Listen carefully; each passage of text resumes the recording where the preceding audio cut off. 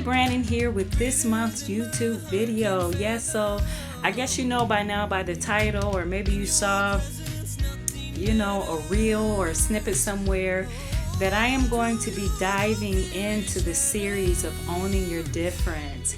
And it'll be over the next few months. Well, I'll be dealing with different topics about owning your difference. It is a large part of my brand, and I'm not doing it to promote my brand, but I'm doing it to promote what I feel like is one of the missions that God has given me, is to help people own what makes them different. We are in a world of cookie cutters, or people kind of doing a spinoff of what someone else is doing, and everyone wants to be different but kind of like somebody else. And I really feel like the Lord is saying that the future is not just female like people say, but the future belongs to the creatives. And all of us are creatives because we come from a creative God who has put inside of us the ability to create. And I really feel like the Lord is putting a mandate on creatives in this day and time, but we can't really create when we're just creating something that's already created. I believe God wants us to be different. He wants us to own our difference, and he wants us to stand in it. And when you are an original, you are giving this world something that is never seen, and not just something to look at, but something to take in and allow to shape their world. And so we're going to be talking about it over the next few months, what it means to own your difference, what it means to be different. But today we're going to be dealing with one of the obstacles that gets in the way of you being different, and that is insecurity. Yes, let me get my notes to make sure, dealing with insecurity. And I'm sure if you go through my videos, if you look at them, you may say, well, you've talked about this before, you've brought this up before.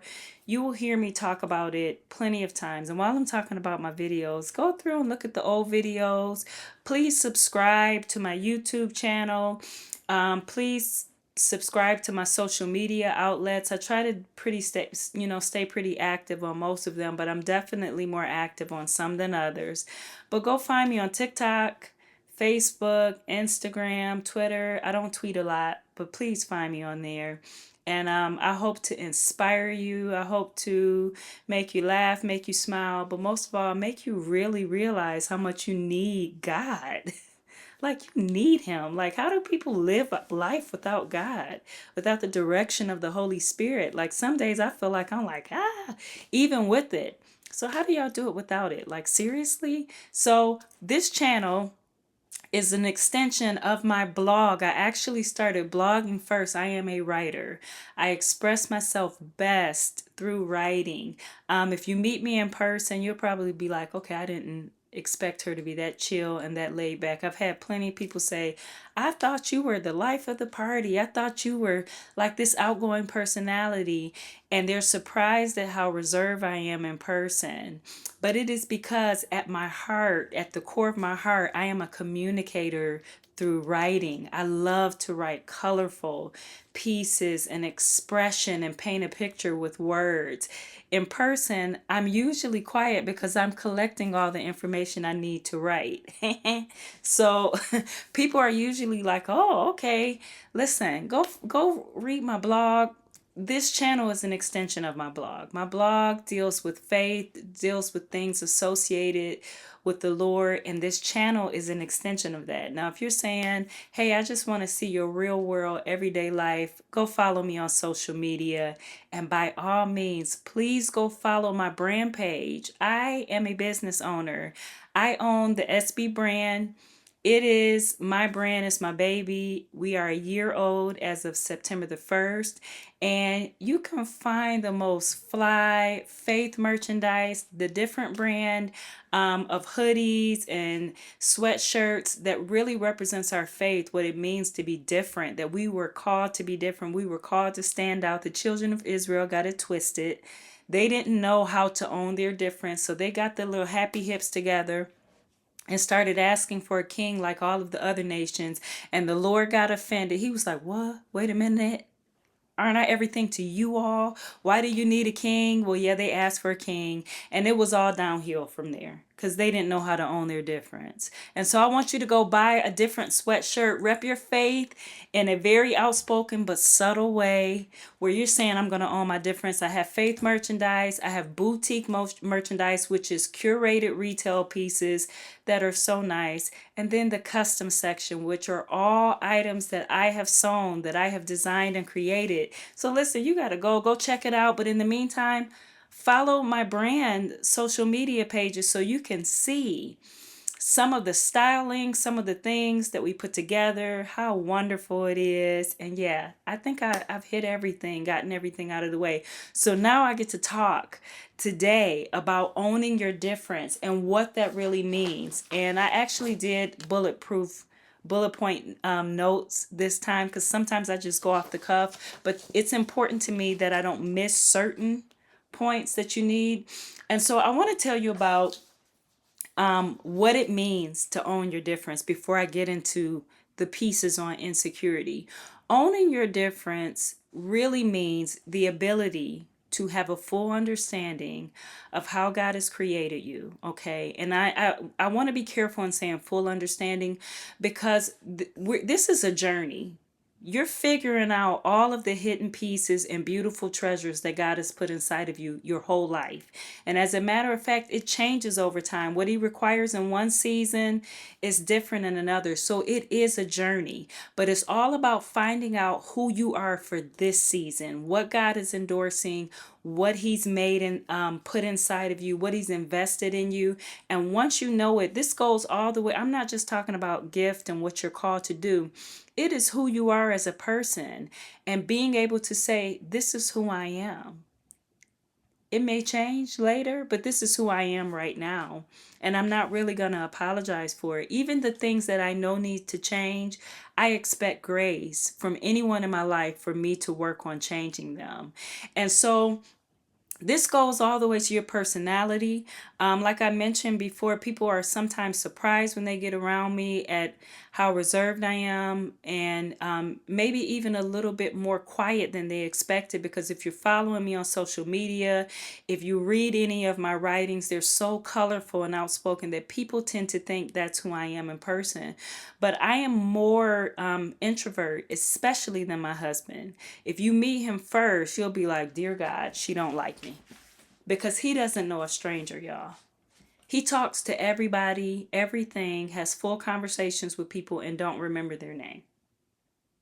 He don't know who you are. You can go up to him and be like, you remember me? Because he will make you feel like he's going to remember you and he doesn't. But me, because I'm more introvert, I am collecting everything that you say. Conversation means something entirely different to me.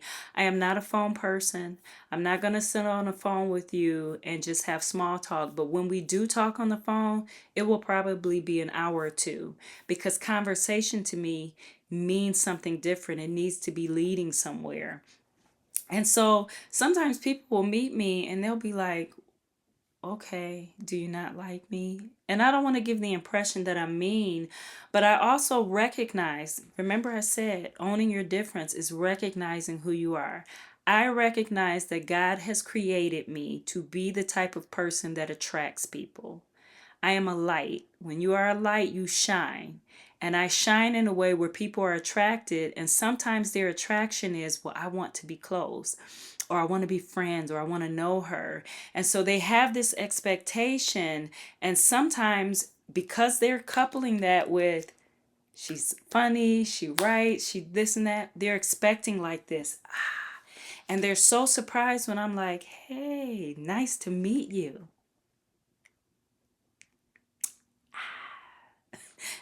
They think it's them, but it's not them, it's me. I build relationships organically. I build them over time. Trust and loyalty is a very big deal to me. No one just gets in right away because I need to feel comfortable showing you all sides of myself. And sometimes people are like, whoa. And so the temptation until I came into an understanding of this is part of my God makeup. I also have spiritual giftings where I feel people differently than the average person. So sometimes my silence and my quietness is the things that I am feeling, not necessarily negative, but I absorb atmosphere. I absorb people. Sometimes I could look at people in their eye and they'll be smiling and I can tell when they're in pain. I can tell when they're hurting or feeling things, and it can feel heavy. It can feel like a responsibility. And sometimes I am sorting through what my responsibility is and what I'm feeling. Lord, do you want me to say something? Am I just supposed to pray? What is it? And so there is a lot going on here. And sometimes people think it's me. And so prior to understanding these things about myself that God had to reveal to me, the temptation was to adjust to meet people's expectation, to go out of my way to be this super bubbly, happy, welcoming person, saying yes to things I didn't want to say yes to, no to things I didn't want to say no to, because I was afraid of being perceived the wrong way. But I am now very happy with being perceived the wrong way if it means that it's the right way. If you perceive me wrong, but it's right, I'm okay with that, because people that are called to be alongside you have the patience to wait to see that they were wrong. They have the patience to wait to see that they may have perceived you incorrectly. Sometimes they have the patience to see that it was their own projection helping them to perceive you incorrectly. And so I've come into an understanding, if I'm labeled, I'm labeled. If they get it wrong, they get it wrong. But I have worked too hard to come into this place where God is like, girl, this is who you are. For me to change that so somebody else can feel better about things in them that really need to change. And so owning your difference means, what has God said about who He's made you? What are your qualities that you've learned to embrace because God put them there, or that you're shunning because you don't understand that He did? For a long time, I had a hard time with my sense of humor, and people may be like, really? Yes. I had this very colorful, still do, colorful visual sense of humor. It was quick witted. I knew how to put things together. I knew how to say things and make people laugh. And it was just always there, even as a child.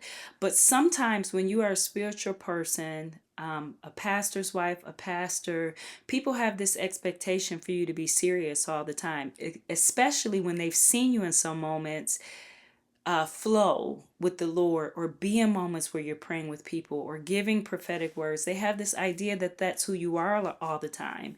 And sometimes when they get to see the human side of you, which includes a sense of humor, and I will be honest in saying my sense of humor has range.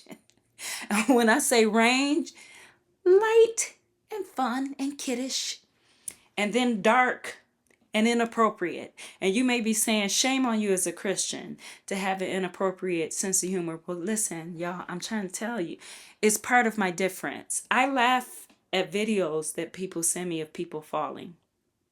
As long as they're not hurt with their neck snapped and they get back up, it's funny. It's funny. There are things funny, y'all. I'm sorry. I'm so sorry. I laugh at things that you may say, now shame on you as a Christian. Well, shame on me. Shame on me. But it took a while for me to get used to this range of sense of humor. And one day I'll never forget, the Lord was like, so you don't think I was funny and that I'm funny? You don't think I laugh? And I started to realize, for a sense of humor in a person and the ability to laugh and make people laugh, how it makes you feel and how it makes others feel only could have come from God. Think about how you feel when you get a good laugh in, or smile, or something amusing, or you get to give this to other people, how you feel and how you make other people feel. Laughter is not only medicine, it's a gift. And it's something that comes from the Lord. The amount of hormones and serotonin that's released in our body with laughter is healing. It comes from the Lord. And if you think He just gave that to us and to us only, you're wrong. It comes from Him. It is joy. And I had to learn to embrace, this is who I am. Okay? And people that don't understand that, if you want somebody serious all the time, you go be that. You go be serious all the time. Go sit somewhere and have your nose pressed up against the wall and be serious. But that's not me. And so I had to learn to like own these qualities that God put inside of me. And the issue was, which you may find, and we're going to get into this in this series over the next few months, but part of owning your difference is that you find that you have layers. And this can be one of the hurdles for people, is that we are layered individuals. God took his time making us. And so you may have the layer of being very serious and being able to counsel and to pray and to intercede for people and pray for them. And this is a very serious, sacred place. But in the same day, you may be able to laugh and talk, or in the same conversation, crack up and have fun with this person. And it may be like this big range. And sometimes it's not just that people struggle with their layers, sometimes we do too. Sometimes we think we only have to be one thing or be able to do one thing. And when you're multi talented and you're gifted in multiple ways, it can be hard to figure out how to own all of those pieces without getting rid of anything, or without letting any of them suffer. And so it becomes a journey, a real journey and a real process, and knowing how to own these things. And so talking about owning your difference is what makes you uniquely you. What is you, whether someone else has done it or not? What has God said about you? What do you know God has said about you?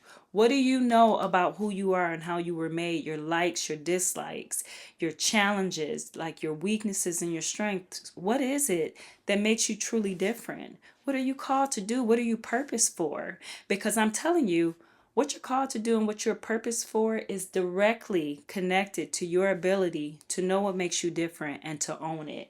And so I want to, as I get into talking about insecurity, I'm going to tell you about a little piece about my childhood. So I've talked about this before. I was a middle child, and I had an older sister, and they were very excited for her to be born because she was the firstborn. And then I was born, and they were like, oh, another girl. And we looked different. We looked like sisters, but we looked different. And then they had another baby after me 2 years later, and it was a boy. So they were like, oh, the boy, we got a boy. And so I was a middle child for 5 years. And then my youngest brother snuck in. He was a surprise baby. And so he got all of the attention for being the youngest. And he was actually a good little boy.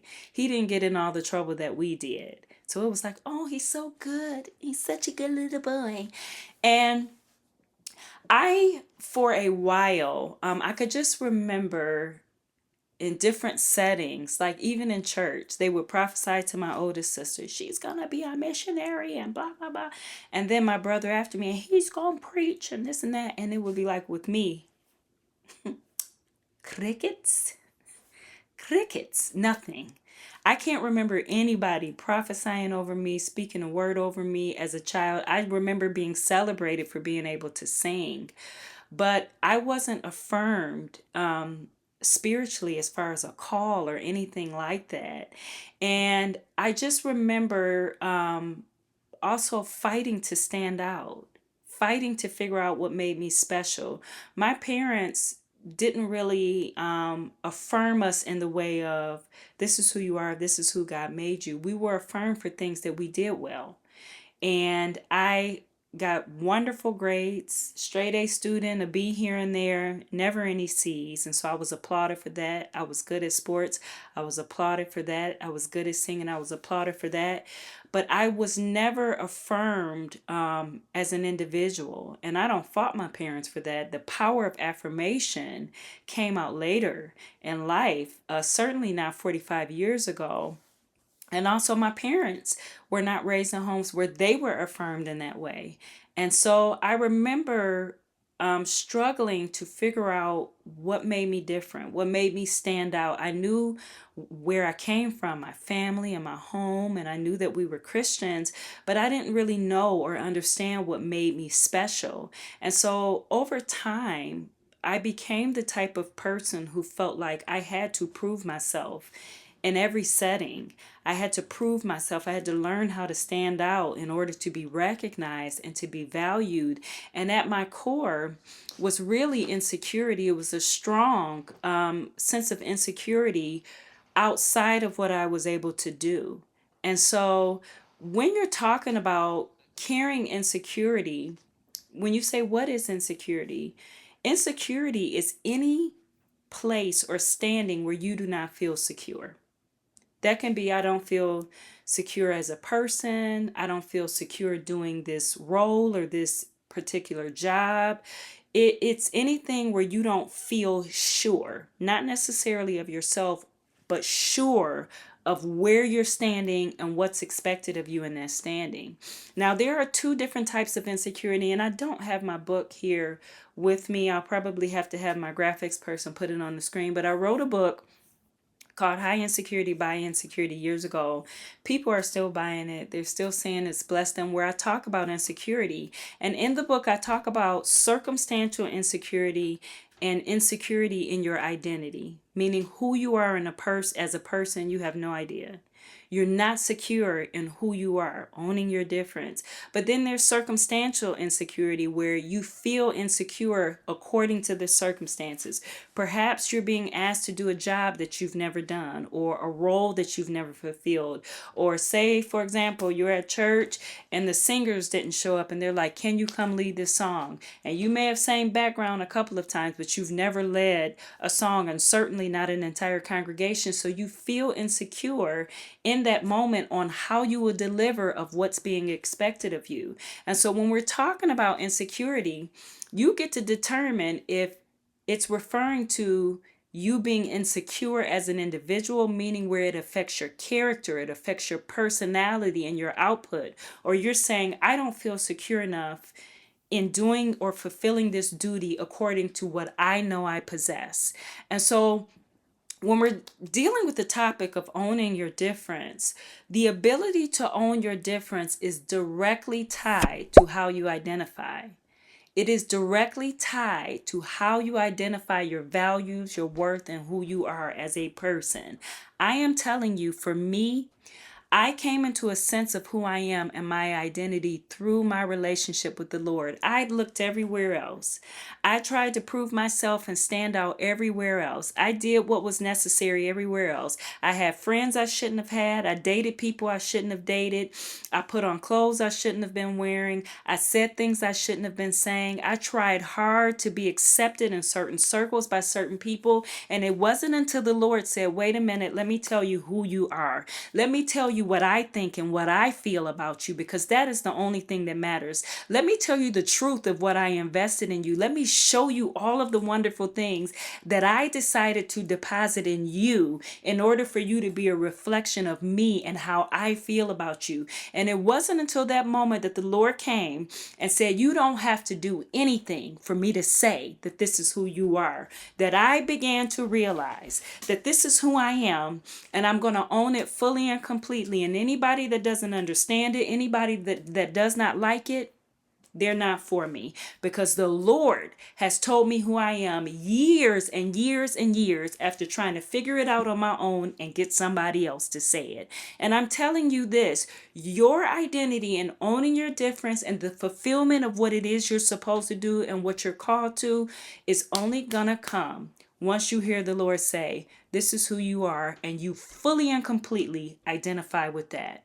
All right? And so what happens if your insecurity is not rectified or tamed? And the reason I say tamed is because I want to be clear on this. You are going to deal with the temptation to be insecure your entire life. As a matter of fact, there are seasons that you go through that the Lord will have you to go through where you will feel very unsure and very insecure. Spiritual transitions, demarcation periods, getting married, having children, new jobs, all of those things bring feelings of insecurity. And this is when you tame it, not through the deliverance of things that you know how to do, but when you have conversations with yourself where you go back to how you've learned how to identify, where you go back to the things that God has said about you, and fully understanding that the God who loves you and accepts you would never put you in a position where you feel unsure and insecure about who you are as a person. Maybe about what he's having you to do, what you're called to do, what you're being asked to do, but not as a person, because his opinion of you does not change. It is always the same. He's fully and completely in love with you and has every intention to bless you, promote you, see you thrive, bring you into this place of fullness. That is why we go under correction, chastisement, pruning, because he's saying, listen, she's fruitful. Let me cut her back a little bit so that she can grow more fruit.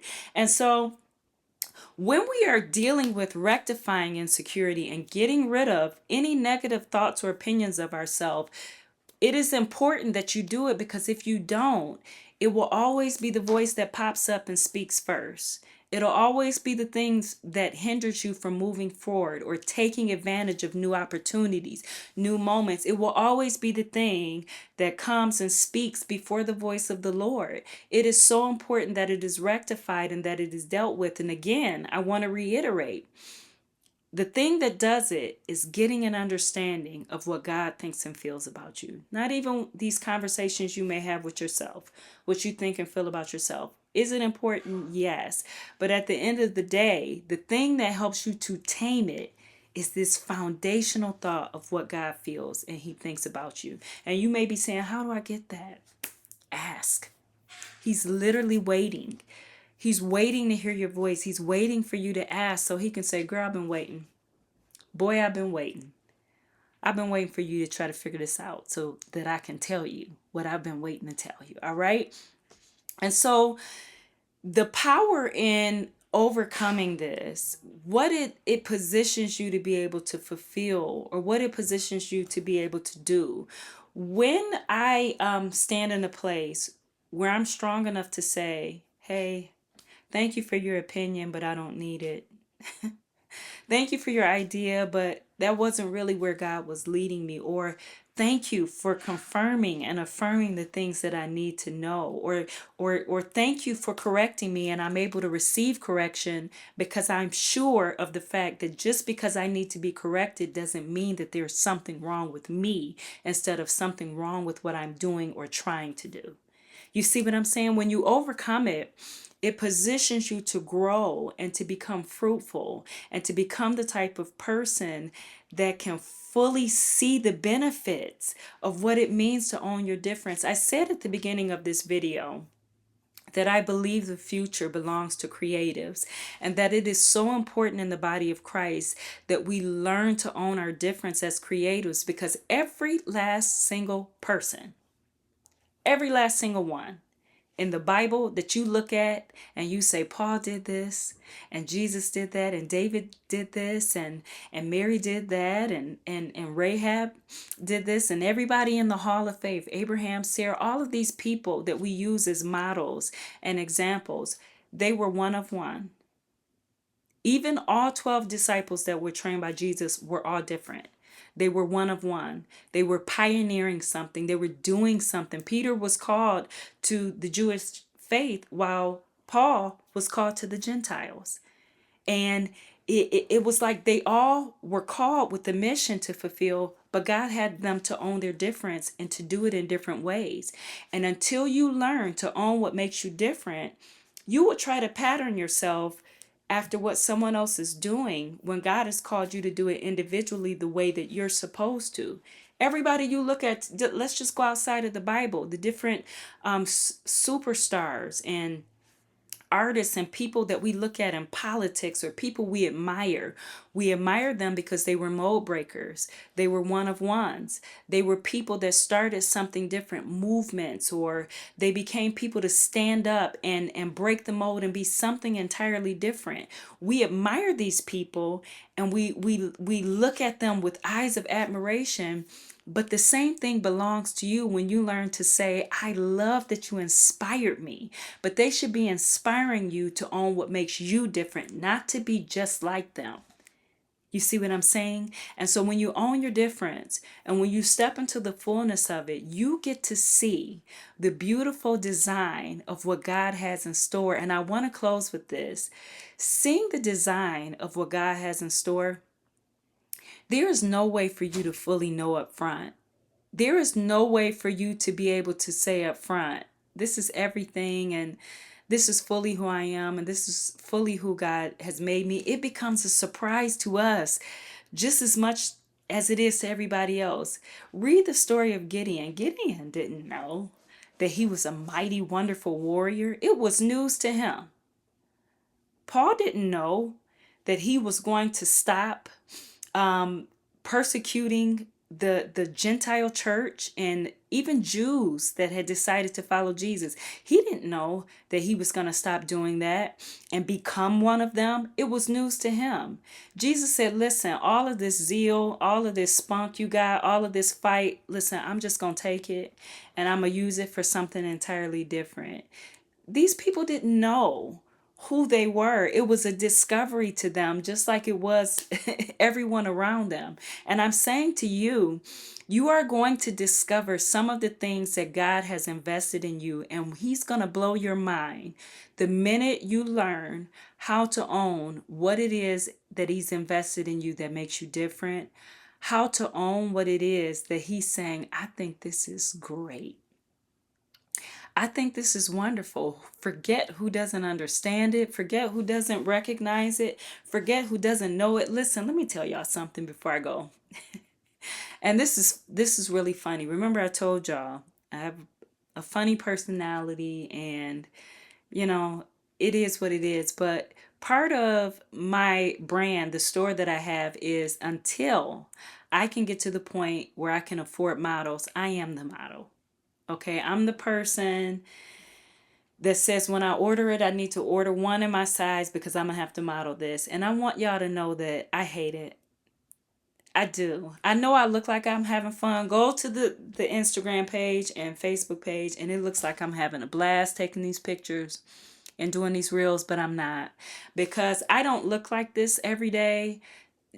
Most days I am in sweats, workout clothes, stuff to clean the house. Like I'm not putting on makeup and earrings and stuff every day. After the pandemic, when we came home and had to be in the house, I said, I don't need this makeup. Let me just work on my skin so my skin looks good so I don't have to worry about putting on this makeup every day. I don't look like this every day. So to have to go and style all of these clothes and put them together and set them out and iron them and steam them and then go put on makeup and do all of this and then take the pictures in the video and edit all of them and then put them on the website and then do reels, y'all. I hate it. I'm not enjoying myself, but it's what the business calls for. And in order to keep the revenue coming, I have to do what the business calls for. But let me tell y'all something, even after doing all of that and sitting and saying, now I know this is fly. Because part of owning my creative ability was realizing God put this gift inside of me. I have literally been like this as a little girl, where I would play dress up and put things together and put pieces together and go in my mom's room and her closet and take this and put this together. And I have been like this since a little girl, y'all.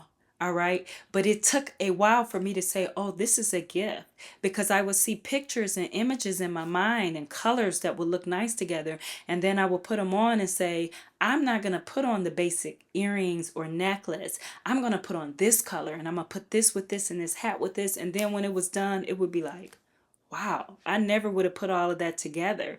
And so I go, and a part of my creative expression is colors and prints and textures, and I put them all together. And these are not everyday clothes that you may wear.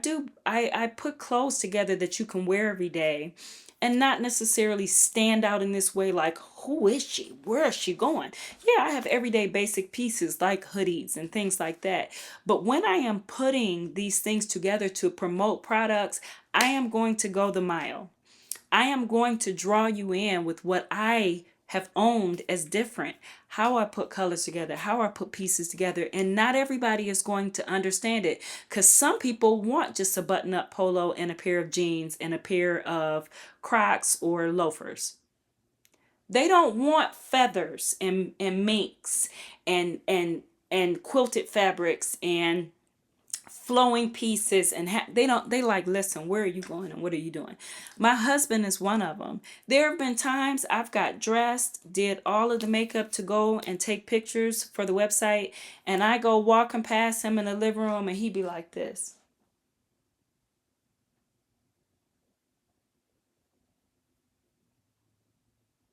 Now, before he knew better, he would say what he was thinking.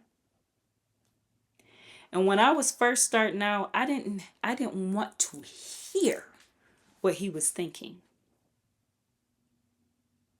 Because he would be like, I don't like that. You don't have to like it. Because number one, you're a man. Okay. And secondly, you are a t-shirt, flip-flops, and shorts guy. I am not taking fashion advice from somebody who'd be like, I don't care. Husband or not. I had to learn to be like, listen, when it's all said and done, it's going to be fly. But right now, okay? And so now he don't say it. He just be like,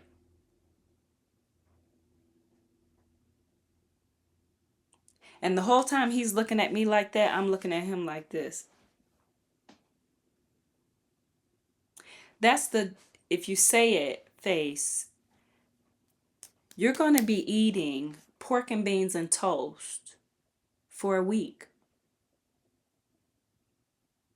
That's going to be the meal, pork and beans and toast and milk. So don't say it. All right? Don't. You don't have to go to the couch. I don't play that game. You're a man. This is your bed too.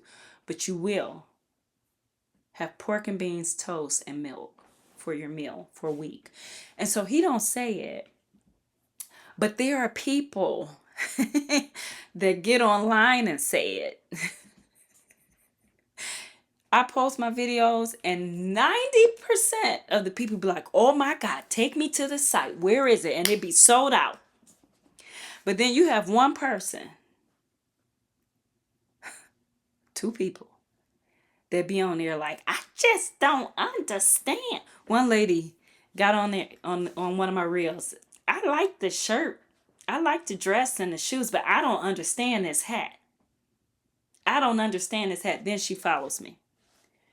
Y'all love following people you don't like that or that get on your nerves.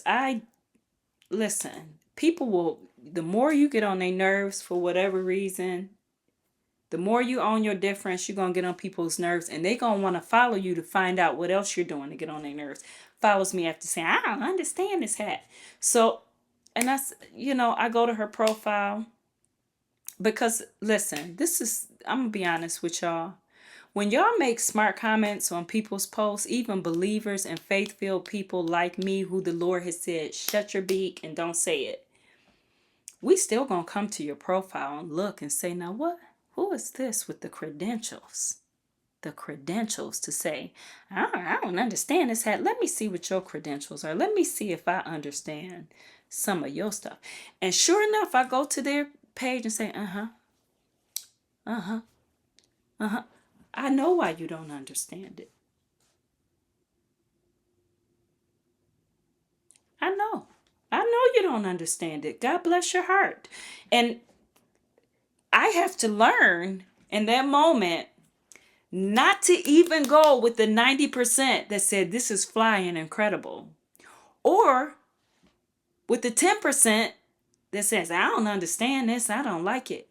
But to go with the one who started off by saying, when I put this shirt with these pants and these shoes and this hat and this necklace and these pairs of earrings, I thought this was fly.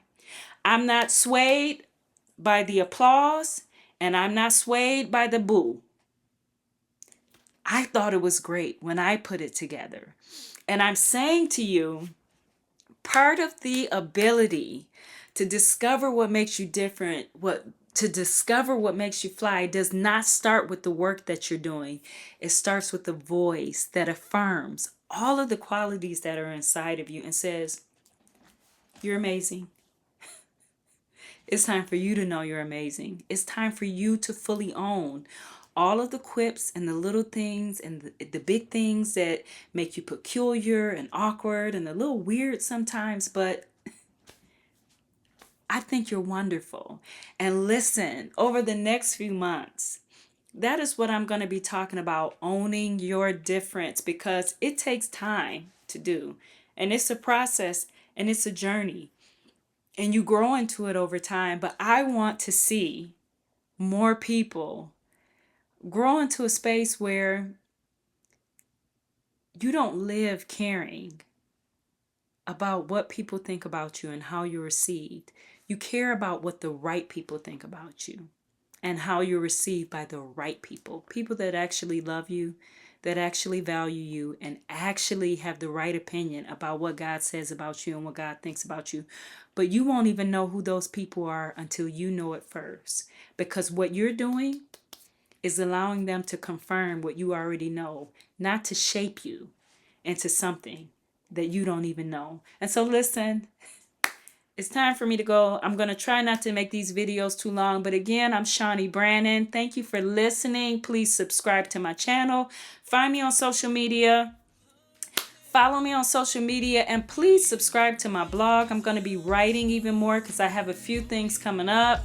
And it's important that you actually read the writings more than watching these videos, because the writings is really how I express the things that I really believe God has put on my heart. And so, listen, find all of it. Go to my store, buy something. Go look at the pictures and say, I don't understand this hat and them shoes. Go do it. If you want to go criticize something, I'm sure I got something on there that you won't understand. But thank you guys for listening.